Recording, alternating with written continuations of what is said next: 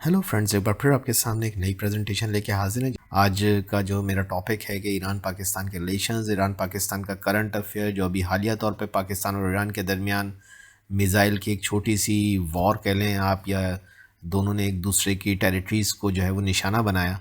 इस हवाले से भी हम देखेंगे, बैकग्राउंड भी देखेंगे, फ्यूचर को भी देखेंगे, और सबसे अहम बात ये कि ईरान पाकिस्तान के बेसिक रिलेशंस को जानने की कोशिश करेंगे। ये जो पाकिस्तानी बलूचिस्तान है, इसका कुछ हिस्सा ईरान के अंदर भी है, ईरान का, जिसको सिस्तान बलूचिस्तान कहा जाता है। ठीक है जी।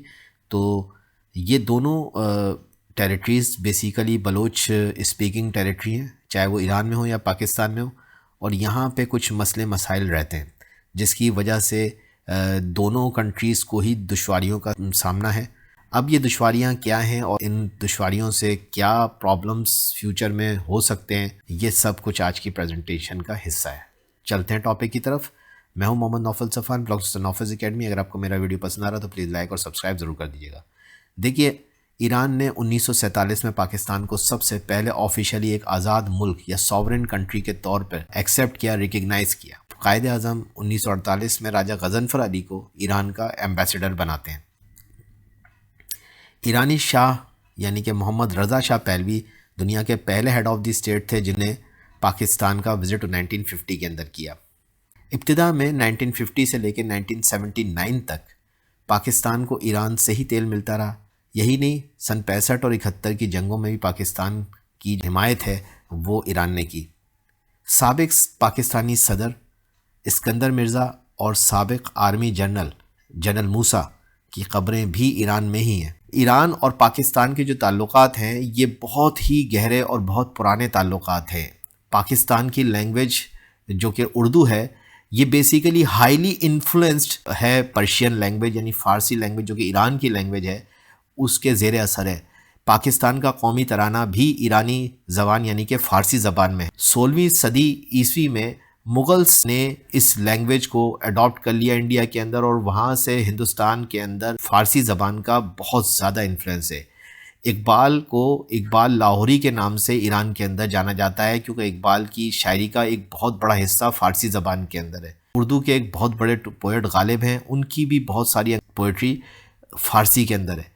तो कहने का मकसद ये है कि पाकिस्तान और ईरान के जो कनेक्शंस हैं कल्चरली, वो बहुत गहरे हैं। ईरान एक बहुत बड़ा मुल्क है, पाकिस्तान से तकरीबन डबल, रकबे के लिहाज से डबल है, लेकिन ईरान की पॉपुलेशन पाकिस्तान के मुकाबले में 1/3 है।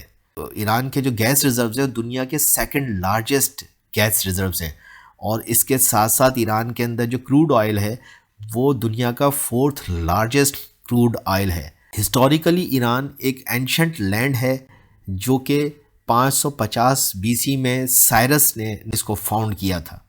सैसनिड एम्पायर ने 224 बीसी से लेके 651 जी तक पर्शिया के ऊपर रूल किया, और उसके बाद 636 एडी के अंदर बैटल ऑफ कादसिया के बाद अरब मुसलमान ईरान के हाकिम बने। एक और अहम बात यह कि जब पाकिस्तान बनता है 1947 के अंदर, उस वक़्त ईरान में एक सेकुलर शिया डायनेस्टी, जिसको हम पहलवी डायनेस्टी कहते हैं, वो रूल करती थी। 1979 के अंदर ईरान के अंदर एक इस्लामिक रेवोल्यूशन आता है, और उसके बाद से ईरान इस्लामिक रिपब्लिक के नाम से जाना जाता है। तो ये एक बहुत इंपॉर्टेंट फैक्टर है कि 1979 के बाद से ईरान और पाकिस्तान के ईरान के अंदर जो चेंज ऑफ रजीम थी, उसके बाद से ईरान पाकिस्तान के ताल्लुकात उस तरह से डेवलप नहीं हो सके। यही वो वजूहात हैं जिनकी बिना पर कहीं ना कहीं ईरान और पाकिस्तान के ताल्लुकात 1979 के बाद से वो नहीं रहे जो कि 1979 से पहले थे। ईरान और पाकिस्तान के ताल्लुकात इतने ज़बरदस्त थे कि हर मौके पे आपको नज़र आता था कि ईरान और पाकिस्तान बिल्कुल साथ साथ खड़े, लेकिन उनके अंदर वो गर्म जोशी नज़र नहीं आती है। ये बयानात तक तो है, लेकिन प्रैक्टिकली दोनों मुल्क काफ़ी दूर नज़र आते हैं। उसकी एक बहुत बड़ी वजह यही है कि ईरान के अंदर इस वक्त एक शिया फंडामेंटलिस्ट गवर्नमेंट मौजूद है, जो कि कहीं ना कहीं दोनों मुल्कों के ताल्लुकात की गर्म जोशी में कमी का सबब है। ये एक रियलिटी है, और इसको मैं अपने स्टूडेंट्स को समझाना चाहता हूँ। मैं कोई कंट्रोवर्सी यहाँ पे क्रिएट नहीं करना चाहता। अब मसला क्या है, इसको जानने के लिए हमें थोड़ा सा ईरान की गवर्नेंस को, ईरान की स्टेट को समझना पड़ेगा। ईरान में भी इस्टेब्लिशमेंट का बड़ा मसला है। حالانکہ وہاں ایک ڈیموکریٹک گورنمنٹ موجود ہے، مگر اصل پاور وہاں کے رہبر اعظم علی خامنائی کے پاس ہی ہوتی ہے۔ یہ 1989 سے ہیڈ آف دی اسٹیٹ ہیں ایران کے، جس کو آپ رہبر اعظم یا سپریم لیڈر بھی کہتے ہیں، ٹھیک ہے جی۔ تو ایران کی اسٹیبلشمنٹ جس کی ڈائریکشن سے اوپر حرکت میں آتی ہے وہ رہبر اعظم کہلاتا ہے، ٹھیک ہے جی۔ اور یہ رہبر اعظم ایران کے اندر اس وقت علی خامنائی ہیں، جو کہ 4 جون 1989 سے ایران کے سپریم لیڈر ہیں، ٹھیک ہے جی۔ اور ان کے انڈر میں ایک ملٹری دستہ ہوتا ہے جس کا نام ہے پاسداران انقلاب اسلامی، ٹھیک ہے جی۔ اس کو یہ ہیڈ کرتے ہیں۔ تو اسٹیبلشمنٹ یہاں ایگزسٹ کرتی ہے ایران کے اندر، جبکہ دوسری طرف جو ہے وہ ایران کے اندر ایک ڈیموکریٹک گورنمنٹ بھی موجود رہتی ہے، جس کو کہ ہیڈ پریزیڈنٹ آف ایران کرتے ہیں۔ اور اس وقت آپ کے سامنے وہ پریزیڈنٹ کی تصویر بھی نظر آ رہی ہے، ابراہیم رئیسی ان کا نام ہے، جو اس وقت موجودہ پریزیڈنٹ ہیں ایران کی ڈیموکریٹک گورنمنٹ کے۔ تو یوں ایران کی جو گورننس ہے، ایران کی اسٹیٹ جو ہے وہ 2 پاورز کے درمیان بٹی ہوئی ہے۔ پاکستان کی فضائیہ نے مبینہ طور پر 18 جنوری 2024 کو ایران پر آپریشن مرگ بار سرم 4 کے ذریعے سے حملہ کیا، جس کا مقصد علیحدگی پسند militant group Balochistan liberation front BLF کو تہس نہس کرنا تھا۔ یہ حملہ ایران کی ساؤتھ ایسٹرن بارڈر کے قریب کیا گیا تھا۔ ایرانی سرکاری میڈیا کا خود کہنا ہے کہ اس حملے میں کم از کم 9 افراد ہلاک ہوئے جن کا تعلق ایران سے نہیں تھا۔ چائنا اور ترکی دونوں نے پاکستان اور ایران سے پرامن رہنے کا مطالبہ کیا ہے۔ خود ترک فارن منسٹر حاکان فیدان نے دونوں اطراف کے حکام سے ملاقات کی ہے اور اس کے بعد یہ بیان جاری کیا ہے۔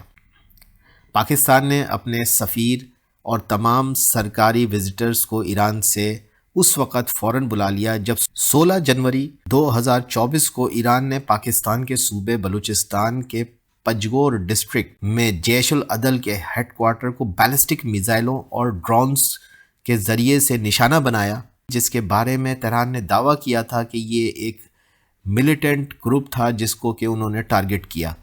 اسلام آباد یعنی پاکستان کی جو حکومت ہے اس نے اس حملے کی مذمت کرتے ہوئے اپنی فضائی حدود کی خلاف ورزی قرار دیا اور یہ بھی بتایا کہ اس میں 2 بچے ہلاک ہو گئے۔ اور اس کے بعد پاکستان نے اپنے سفیر اور تمام سرکاری وزٹرز کو ایران سے بلا لیا اور ایران کے سفیر کو بھی پاکستان نہ آنے کا حکم دیا، جو کہ اس وقت ایران میں موجود تھے۔ آج جب میں یہ پریزنٹیشن بنا رہا ہوں، اب لگ رہا ہے کہ چند دنوں میں ٹینشن کم ہو جائے گا اور ایمبیسی دوبارہ کام کرنا شروع کر جائیں گے۔ دیکھیے، ایک بات تو میں آپ کو پہلے ہی بتا چکا ہوں کہ ایران کے اندر 2 پاورز ایگزسٹ کرتے ہیں، ایک تو ان کی گورنمنٹ ہے، ایک اسٹیبلشمنٹ ہے۔ ایکسپرٹس یہ کہہ رہے ہیں کہ دونوں گورنمنٹس کے اندر یقیناً کوئی مس انڈرسٹینڈنگ تھی جس کی وجہ سے ایسا ہوا اور پاکستان کے اوپر یہ حملہ کیا گیا۔ بہرحال پاکستان کی سوورینٹی کے اوپر یہ بہت بڑا کوسچن مارک تھا اور پاکستان نے امیجیٹلی اس کو رپلائی کیا۔ اس کے بعد اب کنڈیشنز جو ہیں وہ پیسیفائی ہو گئی ہیں کہ جند اللہ نامی ایک ملیٹنٹ گروپ ہے جس کا تعلق ایران کے ایسٹرن پروونس سستان بلوچستان سے ہے۔ جند اللہ 2003 سے 2011 تک آپریٹ کرتا رہا۔ یہ ایسٹرن ایران کی ایک سنی ملیٹنٹ تنظیم ہے۔ یہ لوگ ایرانی بلوچستان سے آزادی چاہتے ہیں اور اس کا لیڈر عبد المالک ریگی تھا، جسے ایرانی حکومت نے 2010 میں پکڑ کر پھانسی دے دی تھی۔ یہی نہیں بلکہ اس کے ساتھ چند اور بھی ملیٹنٹس تھے جن کو کہ اس سال پھانسی دے دی گئی اور اس کے بعد جند اللہ کافی حد تک جو ہے وہ ایران سے ختم ہو گئی۔ لیکن پھر بعد میں یہ ہوا کہ اس کے کچھ بائے پروڈکٹس تھے، یعنی کہ ان کی کچھ باقیات تھیں جند اللہ کی، جنہوں نے آگے چل کے ایک نئی تنظیم بنا لی جس کو جیش العدل کا نام دیا گیا، اور جیش العدل جند اللہ کی ہی ایک شاخ تھی۔ ایران نے امریکہ اور کچھ غیر ملکی عناصر پر جند اللہ کی مدد کا الزام لگایا اور ممکنہ طور پر اس میں پاکستانی سرزمین سے بھی انوالومنٹ کا امکان ظاہر کیا تھا۔ جیش العدل ایک سنی ملیٹنٹ بلوچ علیحدگی پسند تنظیم ہے۔ ان کے لیڈرز کے نام صلاح الدین فاروقی، امیر ناروئی اور ہاشم نوکری ہیں۔ یہ 2012 سے قائم ہیں۔ اس تنظیم کا بنیادی مقصد صوبہ سیستان و بلوچستان کی ایران سے آزادی حاصل کرنا ہے. ٹھیک ہے جی. سو آئی ہوپ کہ آپ کے لیے یہ پریزنٹیشن بینیفیشل رہی ہوگی. پلیز لائک اور سبسکرائب ضرور کریے گا.